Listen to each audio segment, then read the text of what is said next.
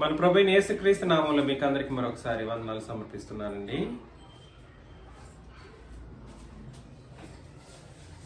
ఇవాళ మనం ఆలోచన చేయబోయేటువంటి అంశం మీకు మరొకసారి గుర్తుండొచ్చు. ఏమిటండి అంశం?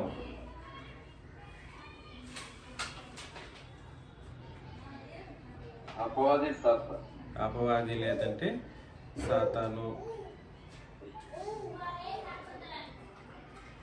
అపవాది సాతాను అనేటువంటి ఈ సబ్జెక్ట్ని ఎంతకాలమైనా చెప్తూ ఉండొచ్చు. మనకు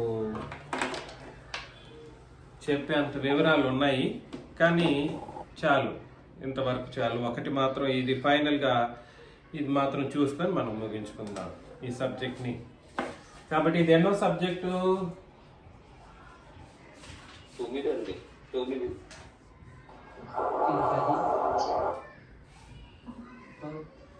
9. 9 10 కాదు, 9. అవును. కాబట్టి అపోస్తల కార్యములు 5వ అధ్యాయం 3వ వచనాన్ని మనం చదివినప్పుడు, అపోస్తల కార్యములు 5:3 మనం చదివితే, అప్పుడు పేతురు, అననీయ, నీవు నీ భూమి వెలలో కొంత దాచుకొని పరిశుద్ధాత్మను మోసపుచ్చుటకు సాతాను ఎందుకు నీ హృదయమును ప్రేరేపించును అని అన్నాడు. ఒక విషయం గుర్తుపెట్టుకోండి, సాతాను మాట్లాడకూడదు. సాతాను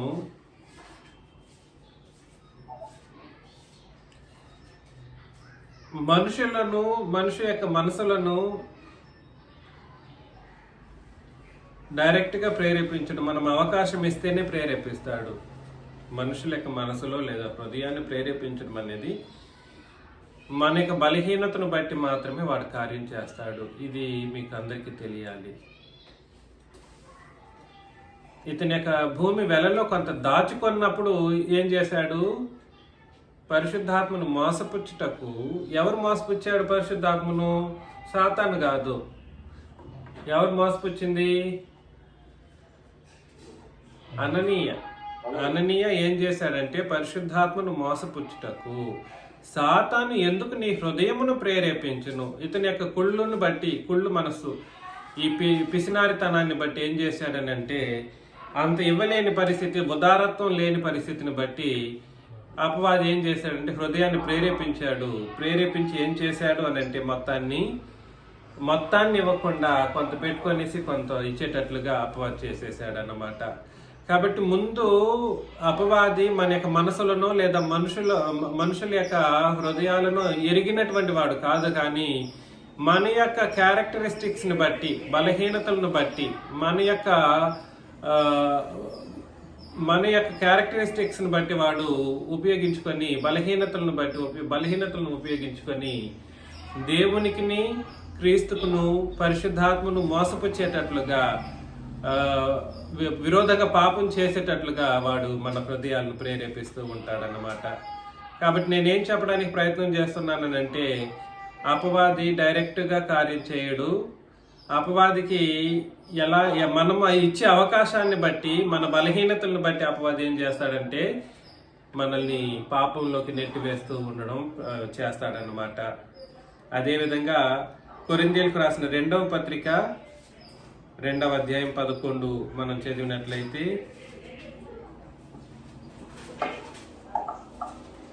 కొరింథీయులకు రాసిన 2వ పత్రిక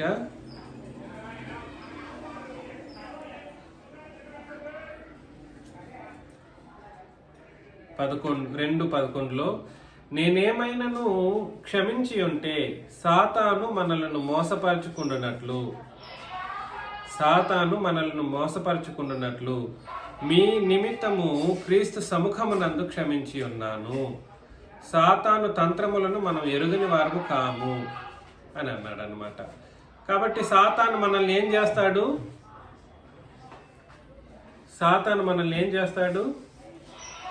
మోసపరుస్తాడు. మీ నిమిత్తము క్రీస్తు సముఖమునందు క్షమించి ఉన్నాను అని అన్నాడు. ఒక విషయం గుర్తుంచుకోండి, క్షమించే విషయంలో మనం ఎల్లప్పుడూ పక్షపాత ధోరణిలో ఉంటూ ఉంటాం. క్షమించేటప్పుడు మనం నిజముగా క్షమించం.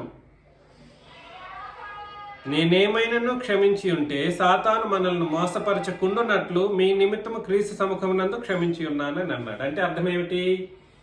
ఒక సహోదరుడు మరొక సహోదరుని యందు ఏదైనా తప్పిదం చూసి ఒక సహోదరుడు తనకు హాని చేశాడని అనుకుంటే సాతాను మనలను మోసపరచకుండా ఉండడం కొరకు ఏం చేయాలి? వెంటనే ఆ తప్పు చేసిన సహోదరుడిని లేదా సహోదరిని క్షమించాలి. ఒకటి, బలహీనతను బట్టి మనల్ని అపవాది మోసంలోకి లేదా పాపంలోకి నడిపిస్తాడు. 2, మనం కరెక్ట్గా ఉన్నా కూడా సరే, మనం కరెక్ట్గా ఉండి ఎదుటి సహోదరుడు తప్పు చేసినా లేదా క్షమాపణకు అర్హుడైన మనం క్షమించకపోతే మనల్ని ఎవరు మోసం చేస్తాడు? అపవాది మోసం చేస్తాడు. ఇవాళ సంఘంలో ఉన్న ప్రతి ఒక్కరికి నేను హెచ్చరించేది అదే. మీరు మీ సహోదరుడిని లేదా సహోదరిని, సంఘంలో ఉన్న వారిని క్షమించకుండా స్థిరముగా ఉంటే మిమ్మల్ని అపవాది ఆల్రెడీ ఊరిలో పెట్టుకున్నాడు.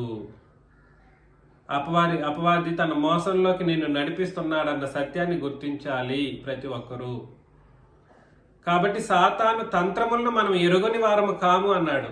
కాబట్టి సాతాను తంత్రములు అంటే అర్థం ఏమిటి? తంత్రములు అంటే అర్థం ఏమిటి?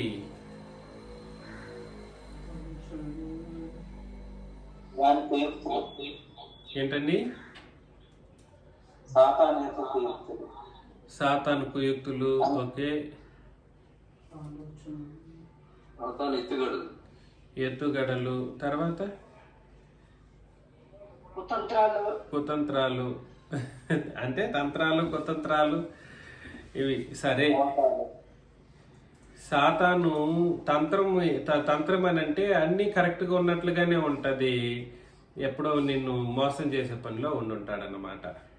అయ్యో నేను ఇట్లా అవుతుందని అనుకోలేదే అని అంటూ ఉంటాం. తంత్రంలో పడిపోవడం. అది అంటే అర్థం ఏమిటంటే ఆ సందర్భాన్ని మనం ఒకసారి పరిశీలన చేస్తాం. ఏంటిది సందర్భం? ఒకసారి 2 కొరింథీ 2:11 మరొకసారి చదివితే, నేనేమైనాను క్షమించి ఉంటే సాతాను మనల్ని మోసపరచుకుంటున్నట్లు అని అన్నాడు. ఎదుటి వ్యక్తి తప్పు చేశాడు, నీ పట్లనే తప్పు చేశాడు, నిన్ను బాధ పెట్టాడు. ఎదుటి సహోదరి నిన్ను బాధ పెట్టింది.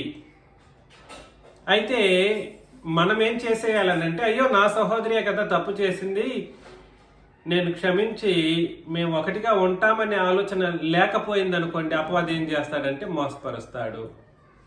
అలా అంటే ఆలోచన రాకుండా అపవాది తంత్రాన్ని పుట్టిస్తాడనమాట. ఏం తంత్రం పుట్టిస్తాడు? అదిగో ఆ సహోదరి తప్పు చేసింది, ఆమెనే కదా పోబోయేది నరకానికి, మనకేం లేదు అని మనల్ని మనమే ఒక నెమ్మది పరుచుకునేటువంటి మాటలతో మనల్ని మనం ఏం చేస్తామనంటే వెన్ను తట్టుకుంటూ ఉంటాం. అర్థమవుతుంది నేను చెప్పేది? క్షమించడం సహోదరి యొక్క బాధ్యత. క్షమించ బుద్ధి లేకపోయింది అనుకోండి, క్షమించడం ఇష్టం లేకపోయింది అనుకోండి, ఇంకా అపవాది నిన్ను వలలోకి పెట్టుకొని లాగే పరిస్థితుల్లోనే ఉంటాడు అన్న సత్యాన్ని మీరు గుర్తించండి. దానికి వాడు వాడేటువంటి తంత్రాలను సైతం మనం అర్థం చేసుకోవాల్సినటువంటి అవసరత మనకుంది. తంత్రాలు ఎలాగైనా కూడా సరే మనల్ని మనం కరెక్టే అన్నట్లుగా మనం అనుకుంటూ ఉంటాం. మనం కరెక్టే, ఎప్పుడూ మనం కరెక్ట్ కాదని నేను అనట్లేదు. Yes, you are right. But at the same time you should also forgive the person who has done wrong with you.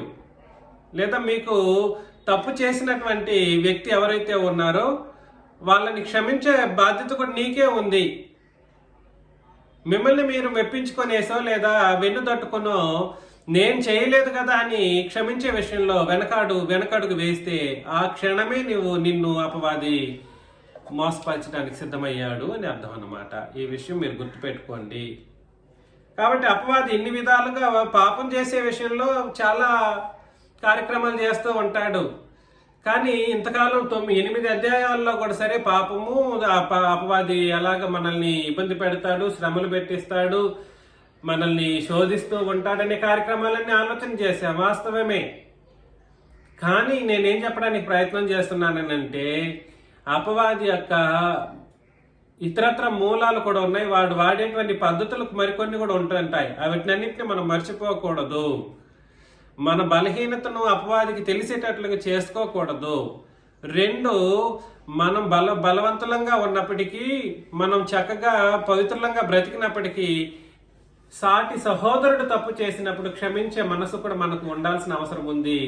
ఆ క్షమించేటువంటి అవసరత మనకు ఉన్నప్పటికీ క్షమించకపోతే మాత్రం అపవాది ఏం చేస్తాడు, మరలా మనల్ని మోసపుచ్చుతాడు. కాబట్టి జాగ్రత్తగా మనం మెలగాలి, జాగ్రత్తగా ఉండాలి. ఆత్మ సంబంధమైన జీవితం ద అట్మోస్ట్, చాలా చాలా గొప్ప ఏమంటారు, గొప్ప బహుమానానికి మనల్ని నడిపిస్తుంది. పరలోకం అనే గొప్ప బహుమానానికి నడిపిస్తుంది. ఇలాగంతా ఉంటారా అని అంటే ఉండాలి, ఉండబోతున్నాం, మనం అందరం కూడా ఉంటాం. ఈ విషయాన్ని మనం అర్థం చేసుకోవాలి, ఇది సీరియస్గా తీసుకోవాలి. 1 పేతురు పత్రిక 5వ అధ్యాయంలో 1 పేతురు పత్రిక 5వ అధ్యాయం 6 నుండి 11 వచనాలను మనం చదివినప్పుడు, 1 పేతురు పత్రిక 5వ అధ్యాయం 6 నుండి 11 వచనాలు నేను చదివితే, దేవుడు తగిన సమయమందు మిమ్మల్ని హెచ్చించినట్లు ఆయన బలిష్టమైన చేతి క్రింద దీన మనస్కులై ఉండుడి. దేవుడు తగిన సమయమందు మిమ్మల్ని హెచ్చించినట్లు. చూసారా, దేవుడు తగిన సమయమందు మిమ్మల్ని హెచ్చించినట్లు ఆయన బలిష్టమైన చేతి క్రింద ఎలా ఉండాలి, దీన మనస్కులై ఉండుడి. మన మనసు దేవుని పట్ల దీనంగా ఉండాలి, అపవాది పట్ల బలహీనంగా ఉండకూడదు, దీనముగా ఉండకూడదు. ఎవరి దగ్గర దీనంగా పెట్టుకోవాలో వాళ్ళ దగ్గర దీనంగా పెట్టుకోవాలి. ఆయన మిమ్మల్ని గూర్చి చింతించుచున్నాడు గనుక మీ చింత యావత్తు ఆయన మీద వేయుడి. చూడండి, పాత నిబంధనలో ఆ ఇశ్రాయేలీయులను దేవుడు ఎలా కాపాడాడో అసలు పాత నిబంధన కూడా చెప్పదు అంత గొప్పగా క్రొత్త నిబంధన చెప్పేటట్లు. ఒక కొరింథీయులకు రాసిన 1వ పత్రిక 10వ అధ్యాయం చదవండి, హెబ్రీయులకు రాసిన పత్రికలోని సంగతులను చదవండి, ఇంకా ఇతరత్ర క్రొత్త నిబంధన సంగతులను మనం చదివినప్పుడు వాళ్ళని ఎంతగా ప్రేమించి కార్యం చేశారో చూస్తాం. కానీ ఆయనకు చింత అంతా ఎవరి గురించి? ఇప్పుడు సంఘం మీద. ఆయన మిమ్మల్ని గురించి చింతించుచున్నాడు. దేవుడు మనల్ని గురించి చింతిస్తున్నాడు ఈరోజు. గనుక మీ చింత యావత్తు ఆయన మీద వేయండి. మీకు ఏం బాధ, మీకు ఏం కష్టం, అదంతా ఆయన మీద వేయండి. నిబ్బరమైన బుద్ధి గలవారే మెలకువగా ఉండాలి. మీ విరోధి అయిన అపవాది గర్జించి సింహం వలె ఎవరిని మృంగుదునా అని వెతుకుచూ తిరుగుచున్నాడు. కాబట్టి దీని అర్థం ఏమిటంటే, 1వ శతాబ్ద సంఘంలో ఎవరిని మృంగుదునా అని వాడు తిరుగుతున్నాడనంటే వాళ్ళు అంత పవిత్రంగా బ్రతుకుతున్నారని అర్థం అన్నమాట. అర్థమవుతుందండి?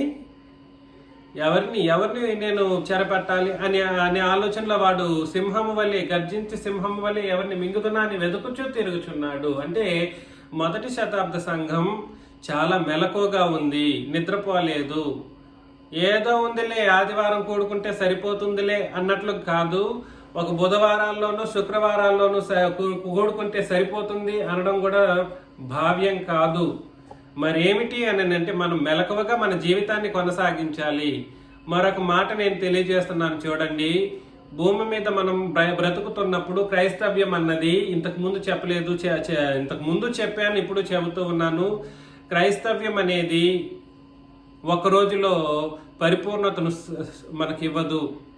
ఈ రోజు ఏదైనా తప్పు చేసినా దాన్ని వెంటనే చూసిన సహోదరులు క్షమించాలి, చేసిన సహోదరులు పాప క్షమాపణను వెదకాలి, ప్రార్థనలో కోరాలి. అలా మన యొక్క ఆత్మ సంబంధమైన జీవితాన్ని కొనసాగించాలి.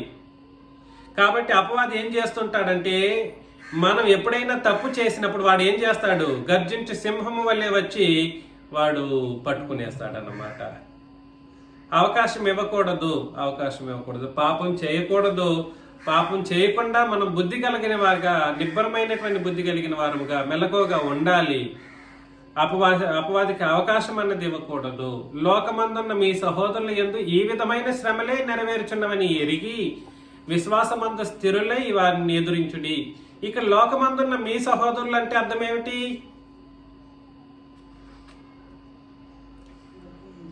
లోకమందున్న మీ సహోదరుల యందు ఈ విధమైన శ్రమలే నెరవేర్చున్నవని ఎరిగి అంటే అర్థం ఏమిటి?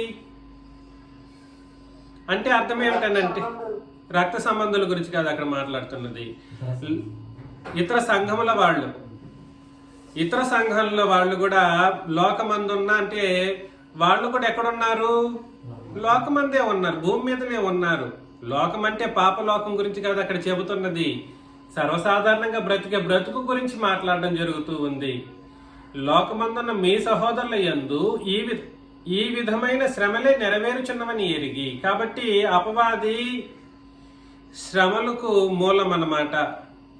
మీరు పొందే సమస్త కీడు, చెడు, శ్రమలు, దుఃఖము, బాధ, వేదనలు, అనారోగ్య స్థితిగతులు ఇవన్నీ కూడా సరే కేవలం అపవాది ద్వారా మాత్రమే వస్తూ ఉంది. ఈ విషయాన్ని మీరందరూ గుర్తించాలి.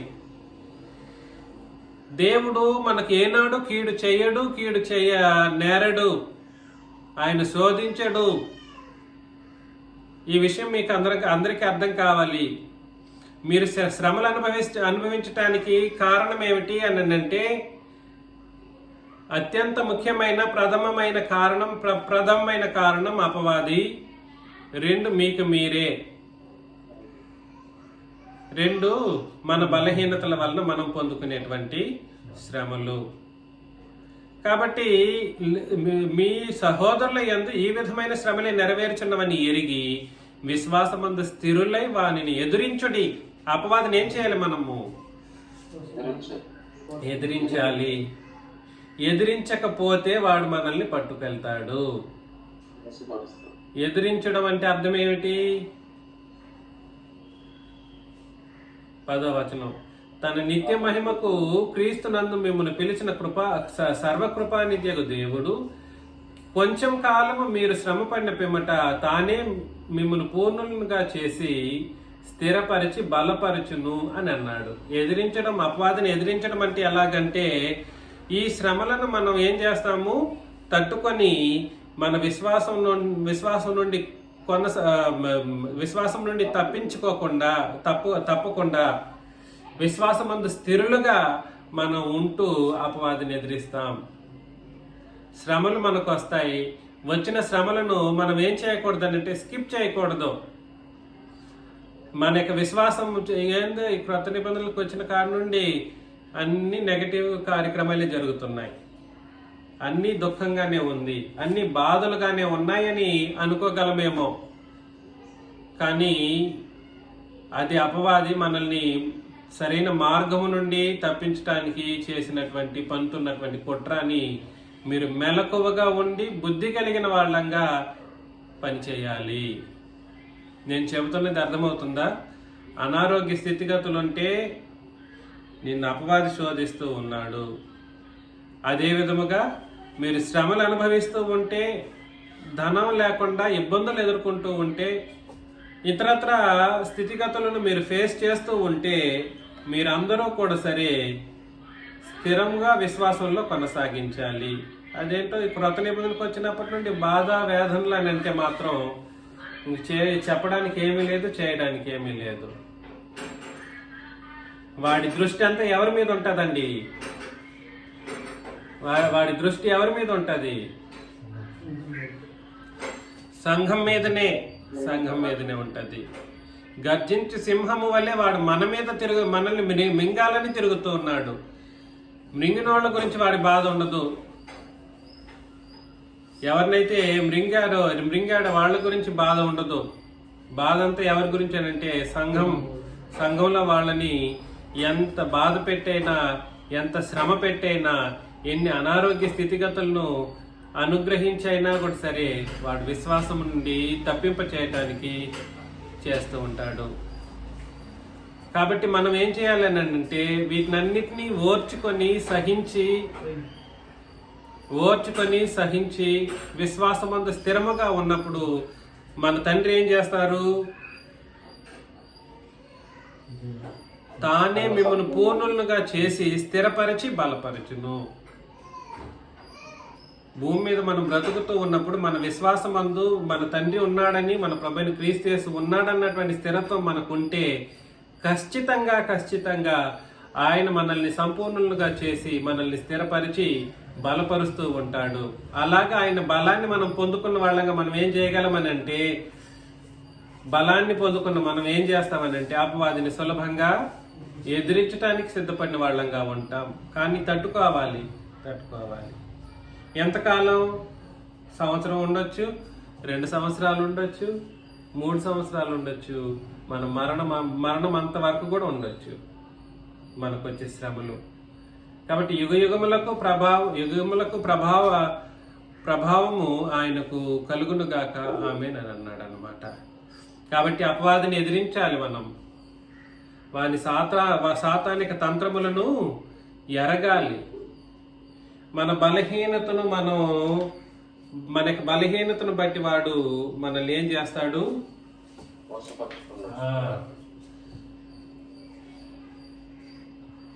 మోసం చేస్తాడు అపవాది. దేన్ని బట్టి? బలహీనతను బట్టి. 2 ఏం చేస్తాడు అపవాది? మనం క్షమించకపోతే ఎవరిని? సహోదరుల్ని క్షమించకపోతే తన ఊరిలోకి లాక్కెళ్ళిపోతాడు. 3 ఏం చేస్తాడు? 3 మనం ఏం చేయాలని అంటే, వాడు ఎన్ని చేసినా మనం ఓర్చుకోవడం కరెక్టే. కానీ శ్రమలు అనుభవిస్తూ ఉన్నప్పటికీ విశ్వాసమందు స్థిరముగా ఉన్నప్పుడు శ్రమలు అనుభవించినప్పటికీ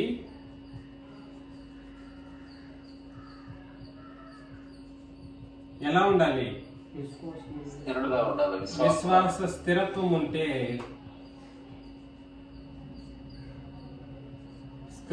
ఏం కలుగుతుంది? దేవుడు మనల్ని ఏం చేస్తారు?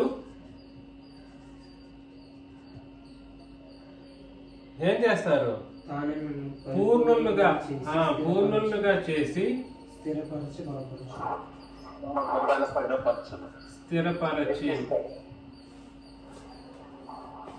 స్థిరపరిచి బలపరచును. ఈ కార్యక్రమం ద్వారా మనం ఏం చేస్తామంటే అపవాదిని ఎదిరిస్తాం.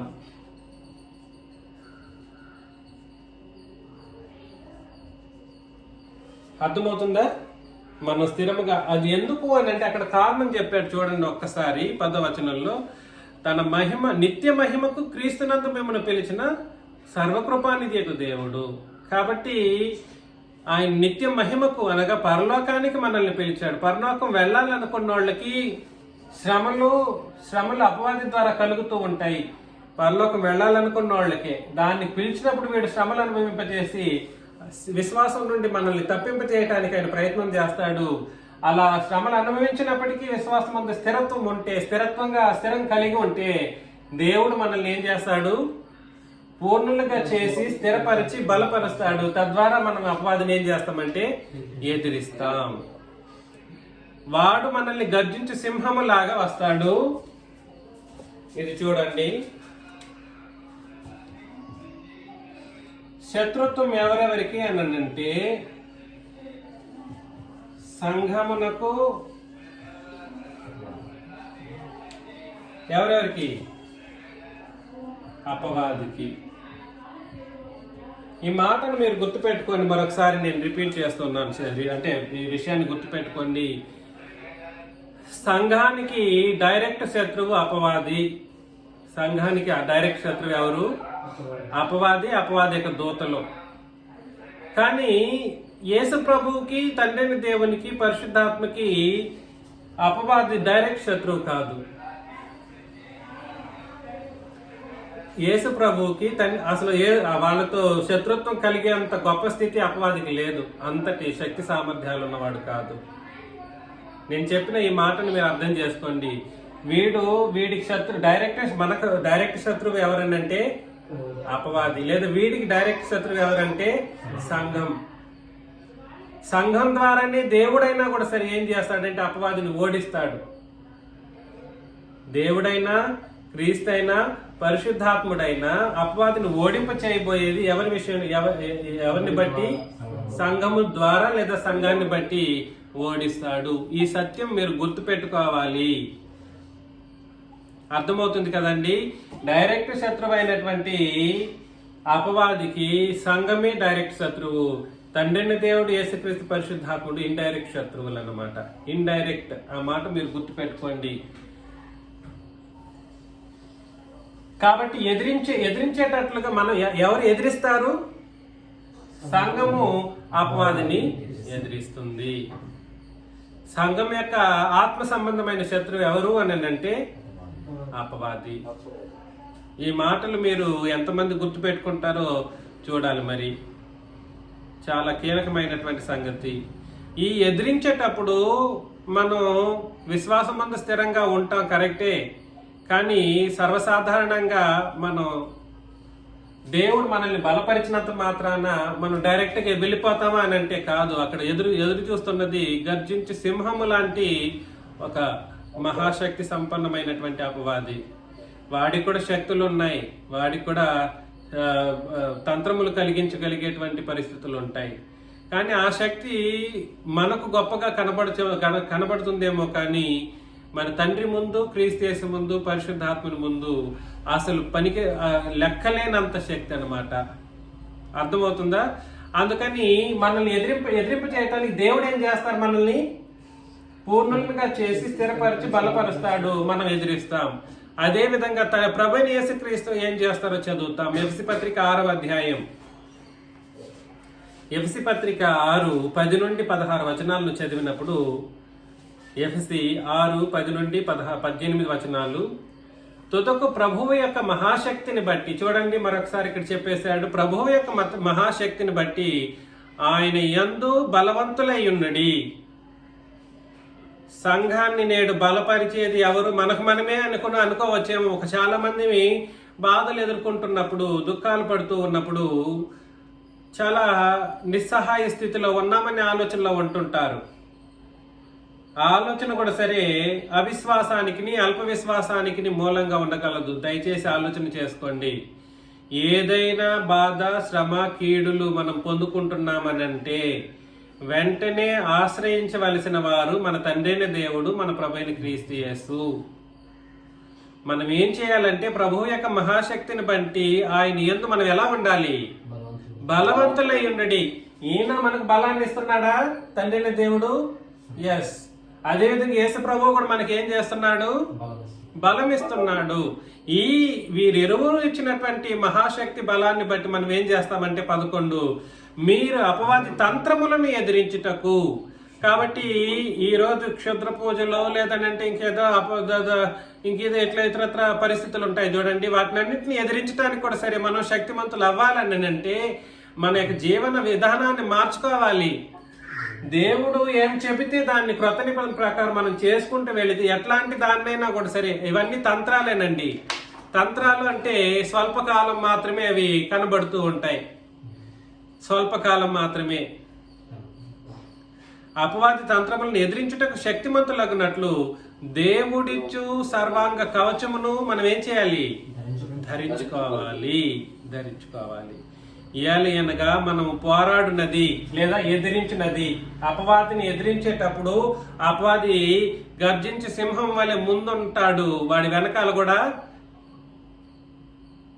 వాడి యొక్క అనుచరులు లేదా వాడిని ఏమంటారు, యుద్ధంలో అటువైపు వాళ్ళని ఏమంటారు? శత్రు సైన్యం ఉంటుంది. వాడి కనుక మనం పోరాడినది శరీరాలతో కాదు కానీ ప్రధానులతోనూ, అధికారులతోనూ, ప్రస్తుత అంధకార సంబంధులకు లోకనాథులతోనూ, ఆకాశ మండలమందున్న దురాత్మల సమూహములతోనూ పోరాడుచున్నాం. కాబట్టి శరీరులతో కాదు, శరీరులతో అంటే అర్థం ఏమిటి? లోక సంబంధం అంటే అర్థం ఏమిటి?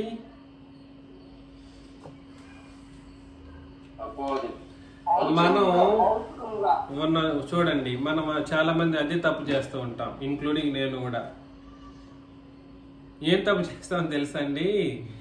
ఎవరైనా తప్పు మనకు హాని కలిగించడానికి ప్రయత్నం చేస్తున్నారు అనుకోండి, మనం ఏం చేస్తున్నాం, ఆ వ్యక్తినే చూస్తూ ఉంటాం. వాడు నాకు చేశాడు, వాడు నన్ను ఎట్లా అన్నాడు, వాడిని నాకు ఇంతటి నష్టం కలిగించాడని మనం బాధపడిపోతూ ఉంటాం.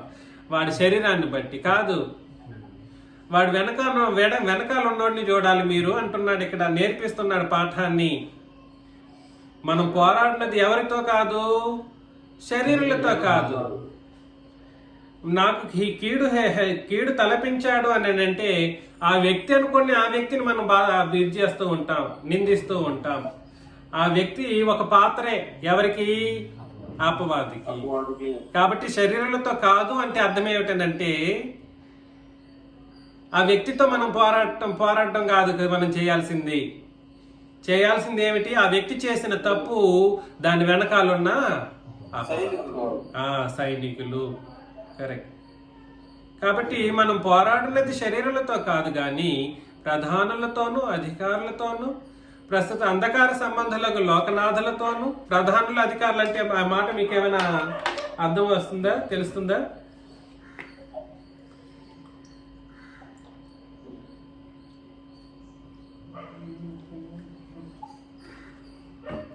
ప్రధానులు, అధికారులు, ధర్మశాస్త్రాన్ని ఉపదేశించేవాళ్ళు వీళ్ళు. ఎవరండి? ప్రధానులు, అధికారులు అన్నవాళ్ళు ధర్మశాస్త్రాన్ని ఉపదేశించేవాళ్ళు. ఆనాడు అపోస్తులు కూడా సరే యుద్ధం చేసింది వీళ్లతోనేనండి. ఎలా యుద్ధం చేశారు? రాళ్ళు రప్పలు తీసుకోలేదు, అదేవిధంగా కత్తెలు కటార్లు తీసుకెళ్ళలేదు. మరి ఎలా యుద్ధం చేశారు అపోస్తులు అంటే, క్రొత్త నిబంధనను వీళ్ళు పడితే పాత నిబంధనను వాళ్ళు పట్టుకొచ్చారు. నేను చెప్పేది మీకు అర్థమవుతుందా? కాబట్టి ప్రధానులతోనూ, అధికారులతోనూ, ప్రస్తుత అంధకార సంబంధులకు లోకనాథులు అంటే లోకాన్ని ఏలుబడి చేసేవారు అని అర్థం. లోకాన్ని ఏలుబడి చేసేవారు ఖచ్చితంగా క్రూరులుగా ఉంటారు. ప్రతి ఒక్కరు ఏలుబడి చేసే ప్రతి ఒక్కడు క్రూరత్వంతో నిండిన వాడే. ఆకాశ మండలమందున దురాత్మల సమూహములతో మనకేముంటది? పోరాటం ఉంటది. అందుచేతను మీరు ఆపద్దినమందు వారిని ఎదిరించుటకును, సమస్తము నెరవేర్చిన వారై నిలువబడుటకును శక్తిమంతులగినట్లు దేవుడిచ్చు సర్వాంగ కవచమును ధరించుకొనుడి. కాబట్టి చూడండి, ఈ బొమ్మ మీరు అర్థం చేసుకోవాలి.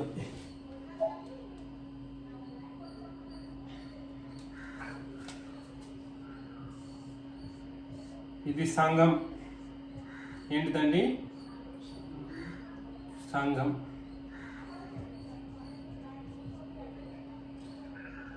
శక్తి ఎక్కడి నుండి వస్తుంది? తండ్రి నుండి, క్రీస్తు నుండి. ఈ సంఘంలో ఉన్న ప్రతి ఒక్కరూ కూడా సరే ఏమేమి ధరించాలో చెప్పేశాడు.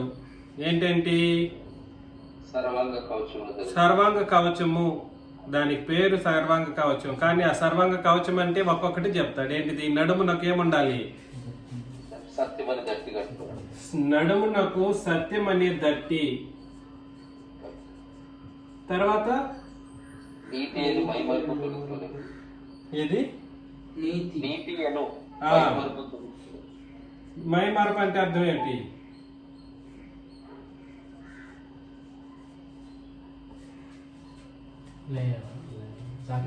జాకెట్ టైప్ ఉంటుంది అది. నీతి అను మైమరపు. తర్వాత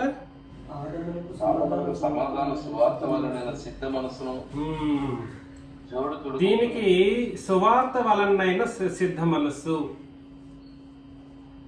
ఎప్పుడైనా నేను సువార్త ప్రకటిస్తాను.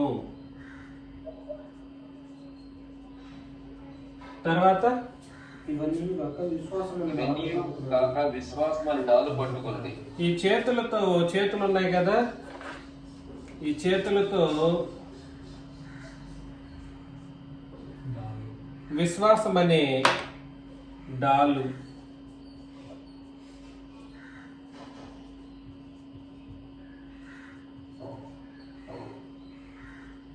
డాల్ అంటే ఏంటి అర్థం? వాడు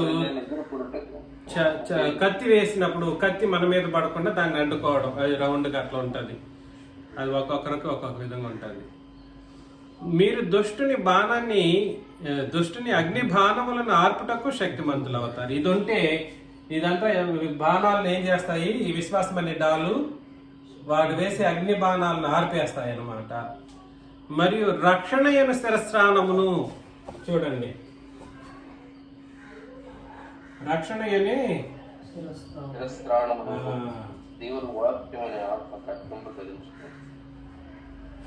దేవుని వాక్యము అనే క్రొత్త నిబంధనను మనం ఏం చేయాలి? ఇంకో చేతిలో ఖడ్గం క్రొత్త నిబంధన అనే ఖడ్గాన్ని ఏం చేయాలి? ఇంకో చేతిలో పట్టుకోవాలి. ఆత్మ వలన ప్రతి సమయమునందును ప్రతి విధమైన ప్రార్థనను విజ్ఞాపనను చేయొచ్చు. ఆ విషయమై సమస్త పరిశుద్ధుల నిమిత్తం పూర్ణమైన పట్టుదలతో విజ్ఞాపన చేయొచ్చు, మెలకువగా ఉండుడి అని అన్నాడు అనమాట. కాబట్టి మెలకువగా ఉండడం అంటే ఏమిటో ఆలోచన చేస్తున్నాం. ఎల్లప్పుడూ సిద్ధంగా ఉండాలి. ఏనాడు మనం పాపం చేయకుండా బ్రతకాలి. పాపం చేయకుండా బ్రతికితేనే మనం మెలకువగా ఉన్నట్టు. అర్థమవుతుందా? పాపం చేయకుండా బ్రతికితే మనం మెలకువగా ఉన్నట్టు. అయితే మెలకువగా ఉన్నప్పుడు ఉన్నా కూడా సరే అపవాది ఏం చేస్తాడంటే కావాలని యుద్ధానికి చీరుతూ ఉంటాడు. యుద్ధానికి లాగుతూ ఉన్నప్పుడు మనం ఎల్లప్పుడూ సిద్ధంగా మెలకువగా ఉంటూ ఎలా ఉండాలని అంటే మన యొక్క డైరెక్ట్ శత్రువు అయినటువంటి అపవాదిని జయించటానికి మనం సిద్ధంగా ఉన్నప్పుడు తండ్రిని దేవుడు మనకు బలాన్ని శక్తినిస్తాడు. మహాశక్తి కలిగినటువంటి ఆ మహాప్రభు ఎవరు? యేసుక్రీస్తు. కాబట్టి మహాశక్తి కలిగిన వాడు మహాదేవుడు కాడా? మహాశక్తి కలిగిన వాడు మహాదేవుడు కాదని అది తండ్రిని దేవుడికి అనే వచనాన్ని చాలా తప్పుగా క్రూరత్వముతో అపవాది బోధిస్తూ ఉంటాడు. కాబట్టి అవన్నీ తప్పులు. కాబట్టి మహాశక్తి కలిగినటువంటి ప్రభువు మనకు బలాన్ని ఇస్తాడు. మనం ఏం చేయాలంటే ఆత్మ యొక్క దేవుడిచ్చు సర్వాంగ కవచాన్ని ధరించాలి. ఇది సంఘంలో ఉన్న ప్రతి ఒక్కరూ, ఈ సంఘం అని రాశాను కానీ సంఘంలో ఉన్న ప్రతి ఒక్కరూ ఇలాగా ధరించి ఉండాలి. విశ్వాసం అనే డాలు ఒక చేతిలో పట్టుకుంటే నిబంధన అనే ఖడ్గాన్ని మరొక చేతిలో పట్టుకోవాలి. రక్షణ శిరస్త్రాణము ధరించాలి. నీతి, ముఖ్యంగా నీతి అనేటువంటి మైమరపును షీల్డ్గా పెట్టుకోవాలి, ముందు షీల్డ్గా. ఆ తర్వాత సత్యం అనే దట్టి వెనకాల కడతారు అనమాట. దట్టి అనేది ఎక్కడ కడతారు? సత్యం. ఆ సత్యం మనల్ని ఈ నిబంధన పాటిస్తే అది సత్యం అవుతుంది, గుర్తుపెట్టుకోండి. మళ్ళా నిబంధనే, ఇది లేఖనం, ఇది కూడా సత్యమే. కానీ ఇది ఎప్పుడు సత్యం అవుతుంది అని అంటే మనం పాటించినప్పుడు సత్యం అవుతుంది. వ్యత్యాసం అర్థం చేసుకోండి. సత్యం అనేది ప్రాక్టికల్గా చేసేది, ఇది థియరీ. క్రొత్త నిబంధన థియరీ అయితే దాన్ని మనం పాటిస్తే అది ఏమవుతుంది? సత్యం అవుతుంది. సువార్త వలనైనా సిద్ధ మనసు అనే జోడు మనం ఏం చేయాలి? తొడుక్కోవాలి. పాదాలకు కూడా ఏ ముళ్ళు గుచ్చుకోకూడదు. మనం ఎంత సెక్యూర్డ్గా, ఎంత ఆత్మ సంబంధంగా మనం బ్రతకాల్సిన పరిస్థితి ఉంది. ఎంత గొప్ప కార్యక్రమమో. ఇలాంటివి ధరించినప్పుడు ధైర్యం ఉండకుండా ఉంటుందా? చెప్పండి. ఒక పక్క తండ్రి తన బలాన్ని ఇస్తున్నాడు, క్రీస్తు తన బలాన్ని ఇస్తూ ఉన్నాడు, పరిశుద్ధాత్ముడు మనల్ని నడిపిస్తూ ఉన్నాడు ఇక్కడ భూమి మీద ఉండుకొనేసి. మన నిబంధన మనకు ఖడ్గం, మన నిబంధన విశ్వాసం మనకు ఏం చేస్తుంది? ఎటువంటి అపవాది బాణాలనైనా ఆపేయగలదు. అదేవిధంగా నీ క్రొత్త నిబంధన నీతి మనల్ని ఏం చేస్తుంది అని అంటే నీకు మైమరపుగా ఏది వచ్చినా అడ్డుకోగలుగుతుంది. గుచ్చుకోదు. అది ఎంతటి బలవంతమైనటువంటి బాణాలు రావచ్చు, ఇంకేదైనా కత్తి పోటు రావచ్చు, మీ ఈటెల పోటీ వచ్చినా కూడా సరే, ఈటెల పోటు వచ్చినా కూడా సరే, ఈ నీతి అనేటువంటి మైమరపు సులభంగా అడ్డుకోగలదు. అంత పవర్ఫుల్ అన్నమాట. సత్యం అనేటువంటి దట్టిని మనం వెనకాల కట్టుకుని ఉన్నాం. ఇంకేముంది, నీ దరిదాపులో కూడా ఏది నీకు తెలియకుండా కూడా ఏ కీడు నిన్ను అనుగదు. ఈ విషయాన్ని మీరు గుర్తుపెట్టుకోండి. కాళ్ళకు కూడా సరే సత్యం అనేటువంటి సువార్త అనేటువంటి జోడును మనం ధరించుకున్న వాళ్ళంగా మనం ఉంటాం. కాబట్టి ఈ విషయాలను మనం గుర్తుపెట్టుకున్నప్పుడు దీంతో పాటు మనం ఏం చేయాలంటే ఆత్మ వలన, ఎవరి వలన? పరిశుద్ధాత్మ వలన ప్రతి సమయమందును ప్రతి విధమైన ప్రార్థనను విజ్ఞాపనను చేయొచ్చు. ఆ విషయమై సమస్త పరిశుద్ధుల నిమిత్తమును పూర్ణమైన పరిశుద్ధులతో పట్టుదలతో విజ్ఞాపన చేయొచ్చు, మెలకువగా ఉండాలి. ఇవన్నీ వేసుకుని మనం చేయాల్సింది ఏమిటి? ప్రార్థన అండి. ఇవన్నీ వేసుకొని ఏం చేయాలి? ప్రార్థనలో గడపాలి. యుద్ధానికి దిగంటే ఎక్కడికి యుద్ధాన్ని దిగుతాం? ఎక్కడికి పోతాం? వాడు ఎక్కడుంటాడని. అందుకని వాడు ఆత్మ సంబంధమైన శత్రువు మనకు. వాడు ఎక్కడుంటాడని మనం వెళ్ళి వాడిని చంపడానికి పోతామా? వాడు ఎక్కడుంటాడు మనకేం తెలుస్తుంది? ఏమి తెలియదు. కాకపోతే ఇవన్నీ ధరించుకున్న వాళ్ళంగా యుద్ధం ఎలా చేస్తామంటే ప్రార్థనలో చేస్తాం. ఎలా చేస్తాము? అద్భుతమైనటువంటి కాన్సెప్ట్ అన్నమాట. యుద్ధం ఎలా చేస్తామంటే వేసుకున్నాను, నాకు మంచి విశ్వాసం ఉంది కాబట్టి ఇలాగ మనం ప్రార్థనలో ఏకీభవించి బ్రతికినప్పుడు సంఘం అంతా కూడా సరే ఒక పరిశుద్ధుల మీ నిమిత్తం అని అన్నాడు. అంటే అర్థమేమిటి? ఎవరికి వాళ్ళు జయించేది కాదు, ఈ సంఘంగా జరిగించవలసినటువంటి కార్యక్రమం. ప్రతి ఒక్కరి గురించి మనం అందరం కూడా ప్రార్థనలో గడపాలి. అలా చేసినప్పుడు అపవాది మనల్ని విడిచి వెళ్ళిపోతాడు. అర్థమవుతుందండి? ఇలా మనం బ్రతుకుతున్నప్పుడు మరొక మాట కూడా చదువుతాం. రోమీలకు రాసిన పత్రిక 16, 17 నుండి 20 వచనాలను మనం చదివినప్పుడు మనం ప్రార్థనలో గడుపుతూ మన జీవితాన్ని నిబంధనాత్మకంగా నేర్చుకొని బ్రతుకుతూ ఉన్నప్పుడు, సహోదరులారా, మీరు నేర్చుకున్న బోధకు వ్యతిరేకముగా భేదములను ఆటంకములను కలుగజేయ వారిని కనిపెట్టి ఉండడని మిమ్మల్ని బ్రతిమాలుకొనుచున్నాను. కాబట్టి మీరు నేర్చుకున్న బోధకు వ్యతిరేకముగా భేదములను ఆటంకములను కలుగజేయ వారిని కనిపెట్టుకొని ఉండడి.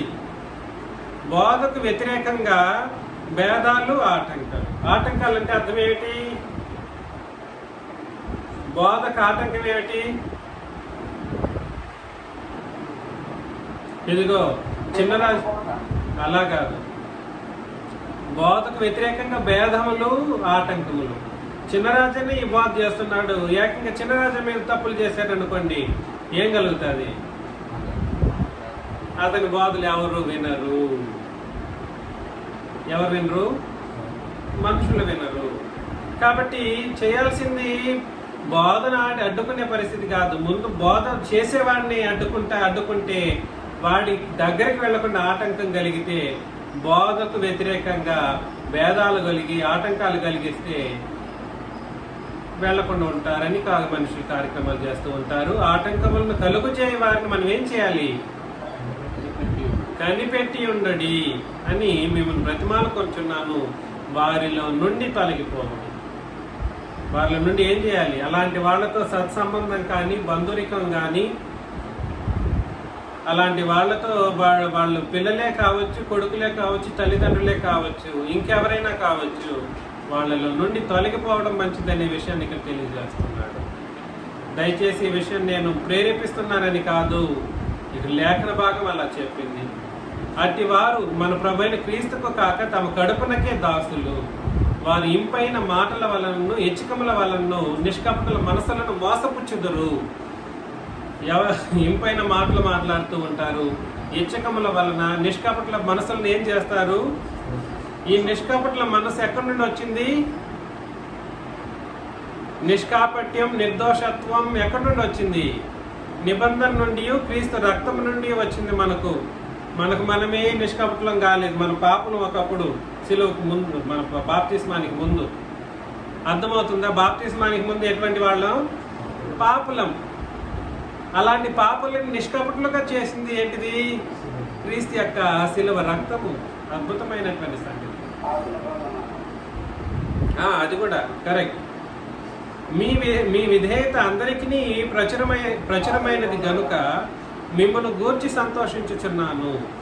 మీరు మేలు విషయమై జ్ఞానులను, కీడు విషయమై నిష్కపటలు ఉండవాలని కోరుచున్నాను. ఇలా ఉంటూ మనం బ్రతుకుతూ మన నిబంధనకు కుడికి ఎడమకు భేదములు పుట్టించే వాళ్ళ దగ్గర నుండి దూరంగా ఉంటూ మన నిబంధన నేర్చుకున్న బోధకు వ్యతిరేకంగా బ్రతకకుండా మనం భూమి మీద బ్రతికితే మనం ఏం చేస్తామో 20వ వచనంలో చెప్తున్నాడు. సమాధానకర్తయగు దేవుడు సాతానును మీ కాళ్ళ క్రింద శీఘ్రముగా చితక త్రొక్కించును. శత్రువు ఎవరు? ఎవరికి శత్రువు? ఏంటి ఎంత చెప్పిన తర్వాత తిరిగి దేవుడికి అంటారు? మీరెవరు? సంఘం క్రింద లేదా మన యొక్క కాళ్ళ క్రింద వాడిని దేవుడు ఏం చేస్తాడంటే చితక ద్రొక్కిస్తాడు. ఇది సంగతి. కాబట్టి ఎదిరించటం, ఇలాంటి కార్యక్రమాలు, అపవాదిని ఎదిరించే శక్తులు మనకున్నాయి. అపవాదిని ఎదిరించే శక్తి దేవుడు మనకిస్తారు. అపవాదిని ఎదిరించే శక్తి మనకున్నప్పటికీ, అపవాదిని జయించడానికి అయినటువంటి సర్వాంగ కవచం ఉన్నప్పటికీ మనం ప్రార్థనలో బ్రతకకపోతే ఇబ్బంది పడతాం. సంఘంలో ఉన్న ప్రతి ఒక్కరిని ప్రేమించకపోతే సంఘంగా మనం అపవాదిని ఎదిరించలేము. అలాంటి పరిస్థితుల్లో మనం ఉండకపోతే, ఉన్నా కూడా సరే, ఒకవేళ నిబంధనలను బట్టి బ్రతకకపోతే, నిబంధనను బట్టి బ్రతకకపోతే మనం కూడా అపవాది లాక్కెళ్ళిపోతాడు మనల్ని. లేదు అని అంటే తండ్రి అనే దేవుడు మనల్ని ఏం చేస్తాడు? అపవాది నువ్వు వాళ్ళ క్రిందకి, వాడి కాళ్ళ క్రిందకి వెళ్ళు, మన కాళ్ళ క్రిందకి పంపిస్తాడు అపవాదిని. మనల్ని ఏం చేస్తాడు? శీఘ్రముగా చితక త్రొక్కించును. మన ప్రభువైన యేసుక్రీస్తు కృప మీకు తోడయ్యుండును అని అన్నాడు అనమాట. మన ప్రభువైన యేసుక్రీస్తు కృప మీకు తోడయ్యుండును. అద్భుతమైనటువంటి సంగతి. ఒకటి, మన శత్రువుని మనమే మన కాళ్ళ క్రింద వచ్చేటట్లుగా చేసేవాడు తండ్రిని దేవుడు, ప్రభువైన యేసుక్రీస్తు. వీళ్ళెరువురు అలా చేస్తారు. చేసినప్పుడు మనం త్రొక్కిన తర్వాత వాడి యొక్క గతి ఏమిటి? మన యొక్క పగను మనం తీర్చుకోకుండా వదిలిపెట్టడు దేవుడు. నీ శత్రువును నువ్వేం చేస్తావని అంటే ఖచ్చితంగా ఎదిరిస్తావు. ఎదిరించేటట్లుగా చేస్తాడు కూడా. ఇరువురు చేస్తారు. తండ్రిని దేవుడు, ప్రభువైన క్రీస్తు పరిశుద్ధాత్మ ముగ్గురు చేస్తారు. అయితే గొడవ అంటే ఏమిటంటే, వాడిని, మన శత్రువులను మన కాళ్ళ కింద పడేటట్లుగా చేసిన తర్వాత వాడి గతి ఏమిటో ప్రకటన గ్రంథం 20:10లో, ఇది మాత్రం లాస్ట్ వచనం ఎవరైనా చదవండి. ప్రకటన గ్రంథం 20వ అధ్యాయం 9-10 కూడా చదవచ్చు. వారిని మోసపరిచిన అపవాది 9-10 చదువు. వారు భూమి అంతటా వ్యాపించి పరిశుద్ధుల శిబిరమును, ప్రియమైన పట్టణమును ముట్టడి వేయగా పరలోకములో నుండి అగ్ని దిగి వచ్చి వారిని దహించను. వారిని మోసపరిచిన అపవాది అగ్ని గంధకములు గల గుండములో పడవేయబడిను. అచ్చట క్రూర మృగమును అబద్ధ ప్రవక్తయు ఉన్నారు. యుగ యుగములు రాత్రి మగళ్ళు బాధింపబడతారు. చూసారా? కాబట్టి మనుషులను మోసపరిచినటువంటి అపవాది గతి ఏమిటి? రెండు స్థితిగతులు. సంఘము విశ్వాసంతో స్థిరంగా ఉండి ఈ విధంగా ప్రార్థన జీవితంతో జయిస్తూ బ్రతుకుతూ ఉన్నప్పుడు ఏం జరుగుతుంది అంటే, అపవాది యొక్క మొదటి స్థితి ఏమవుతుంది? మన కాళ్ళ క్రిందకి మన చేత తొక్కిస్తాడు. 1-2 తీసుకెళ్ళి తొక్కించిన తర్వాత దేవుడు ఏం చేస్తాడు? అగ్ని గంధకములు గల గుండములో పడవేయబడతాడు. అర్థమవుతుందండి? అపవాది యొక్క చివరి డెస్టినేషన్ ఏమిటి? అగ్ని గంధకము గల గుండం. అచ్చట ఆ క్రూర మృగమును అబద్ధ ప్రవక్తయు ఉన్నారు. క్రూర మృగము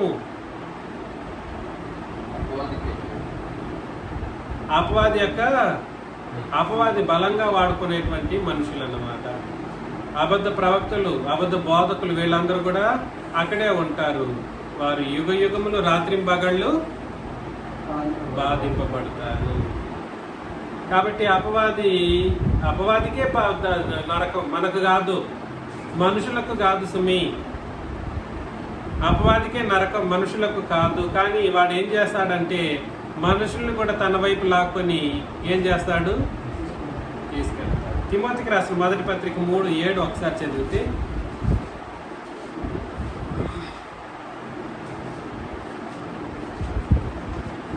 అది కాదు, ఏదో మర్చి వచనం రాంగ్ అయినట్టుంది. ఒకసారి చదువు మరి. తిమోతికి రాసిన మొదటి పత్రిక 3. మరియు అతడు నిందపాలై అపవాది ఊరిలో పడిపోకున్నట్టు సంఘమునకు వెలుపడి వారి చేత మంచి సాక్ష్యం పొందిన వాడే తర్వాత 8. అలాగుననే పరిచారకులు వానిలో ఉండి విమనస్కులను మిగుల మద్యపానాసక్తులను దుర్లభమును అపేక్షించే వారిని ఉండక విశ్వాస మర్మమును పవిత్రమైన మనస్సాక్షితో గైకొని వారై ఉండవలను. అదేనా?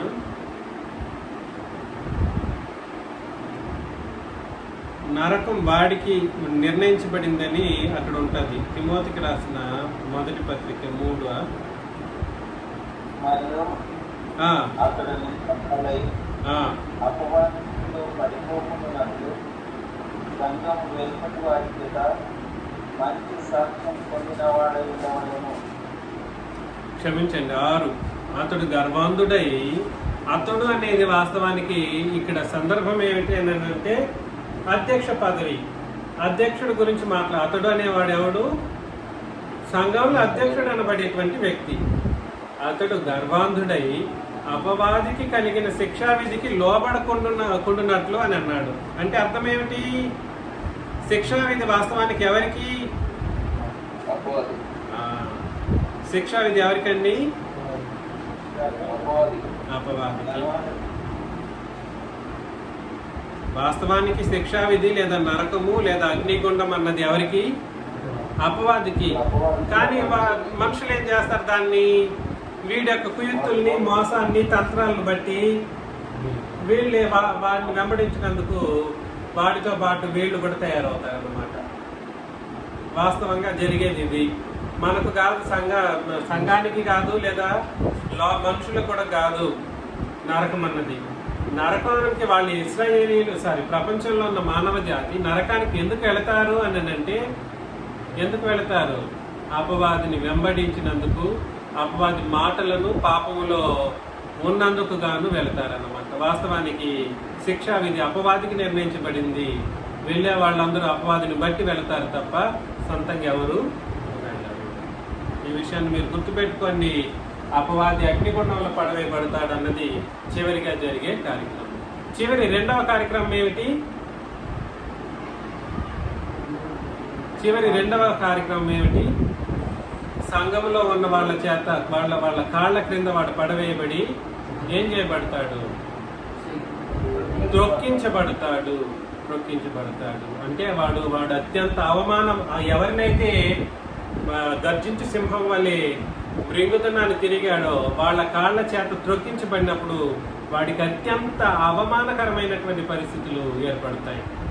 ఆ అవమానంతోనే వాడిని అంతటితో విడిచిపెట్టకుండా దేవుడు ఏం చేస్తాడు? తీసుకెళ్ళి అగ్నిగుండంలో పడవేసి వాడిని యుగ యుగాలు రాత్రింబగళ్ళు నెమ్మది లేని స్థితిని వాడికి అనుగ్రహించి వాడు బాధపరిచేటట్లుగా చేసి వాడిని వెంబడించినటువంటి వాళ్ళందరూ కూడా సరే అందులోనే పడిపోయేటట్లుగా దేవుడు చేస్తాడనమాట. ఇది అపవాది యొక్క తీవ్రమైనటువంటి ముగింపు. సో ఇంకా చాలా ఉన్నాయి, కానీ ఇంతటితో ఈ సబ్జెక్ట్ని మనం ముగిస్తున్నాం. విన్నటువంటి మీకు అందరికీ క్రీస్తు నామములో వందనాలు సమర్పించి ముగిస్తున్నాం.